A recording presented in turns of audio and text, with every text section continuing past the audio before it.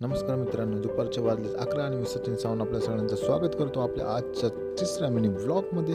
आजचा विषय जरा हार्डच आहे आणि आपल्याला जायचं पहिले डॉक्टरकडे, कारण आपल्या कंठामध्ये झाले तांत्रिक बिघाड. शायनीचं पण ब्लूटूथचं काम राहिलं होतं, ते सॉफ्टवेअर अपडेट करायचं होतं आणि आज ते अपडेट होणार होतं. त्यामुळे आज शायनी पण घेऊन आपल्याला जायची होती, ते पण एक काम होतं. आधी जाऊया आपण डॉक्टरकडे आणि भेटू पुढे.